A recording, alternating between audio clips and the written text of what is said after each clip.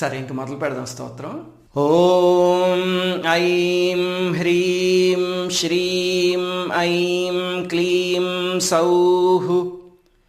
ఓం నమస్త్రిపురసుందరీ హృదయదేవి శిరోదేవి శిఖాదేవి కవచదేవి నేత్రదేవి అస్త్రదేవి కామేశ్వరి భగమాలిని నిత్యక్లిన్నే భేరుండే వహ్నివాసిని మహావజ్రేశ్వరి శివదూతి త్వరితే కులసుందరి నిత్యే నీలపతాకే విజయే సర్వమంగళే జ్వాలామాలిని విచిత్రే శ్రీవిద్యే దక్షిణామూర్తిమయీ నారాయణమయీ బ్రహ్మమయీ సనకమయీ సనందనమయీ సనాతనమయీ సనత్కుమారమయీ సనత్సుజాతమయీ వశిష్ఠమయీ శక్తిమయీ పరాశరమయీ కృష్ణద్వైపాయనమయీ పైలమయీ వైశంపాయనమయీ జైమినిమయీ సుమంతమయీ శ్రీశుకమయీ గౌడపాదమయీ గోవిందమయీ శ్రీ విద్యాశంకరమయీ పద్మపాదమయీ హస్తామలకమయీ త్రోటకమయీ సురేశ్వరమయీ విద్యారణ్యమయీ పరమేష్టి గురుశ్రీ.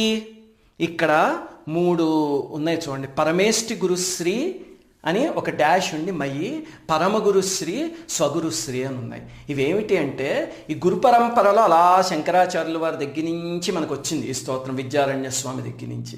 తర్వాత మన చేతికి రావడానికి మన గురువు, ఆయన పై గురువు, ఆయన పై గురువు ఉంటారు కదా. మన గురువుని స్వగురువు అంటారు, ఆయన గురువు గారిని పరమగురువు అంటారు, ఆయన గురువుని పరమేష్టి గురువు అంటారు.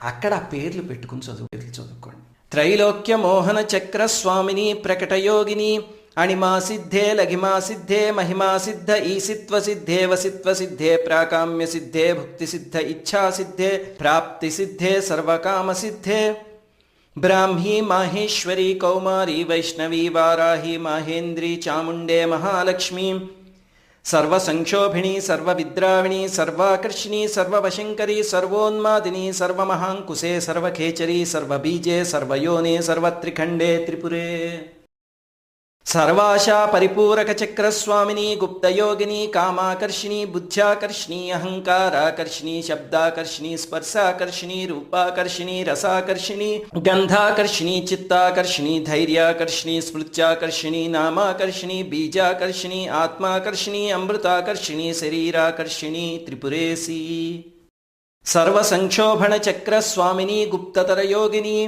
అనంగకుసుమే అనంగమేఖలే అనంగమదనే అనంగమదనాతులే అనంగరేఖే అనంగవేగిని అనంగాంకుశే అనంగమాలిని త్రిపురసుందరీ సర్వసౌభాగ్యదాయక చక్రస్వామిని సంప్రదాయయోగిని సర్వసంక్షోభిణి సర్వవిద్రావిణి సర్వాకర్షిణి సర్వాహ్లాదిని సర్వసమ్మోహిని సర్వస్తంభిని సర్వజృంభిణి సర్వవశంకరి సర్వరంజని సర్వోన్మాదిని సర్వార్థసాధని సర్వసంపత్తిపూరిణి సర్వమంత్రమయీ సర్వద్వంద్వక్షయంకరి త్రిపురవాసిని సర్వార్థసాధక చక్రస్వామిని కులయోగిని సర్వసిద్ధిప్రదే సర్వసంపత్ప్రదే సర్వప్రియంకరి సర్వమంగళకారిణి సర్వకామప్రదే సర్వదుఃఖ విమోచని సర్వమృత్యుప్రశమని సర్వవిఘ్న నివారిణి సర్వాంగసుందరి సర్వసౌభాగ్యదాయిని త్రిపురాశ్రీ సర్వరక్షాకర చక్రస్వామిని నిగర్భయోగిని సర్వజ్ఞే సర్వశక్తే సర్వైశ్వర్యప్రదాయిని సర్వజ్ఞానమయీ సర్వవ్యాధి వినాశిని సర్వాధారస్వరూపే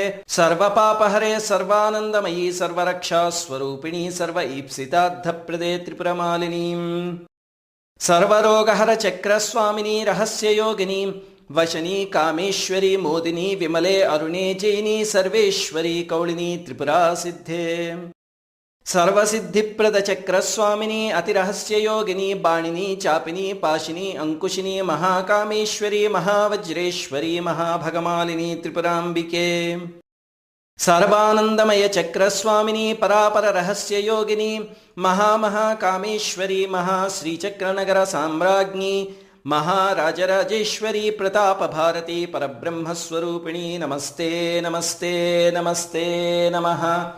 సౌః క్లీం ఐం శ్రీం హ్రీం ఐం.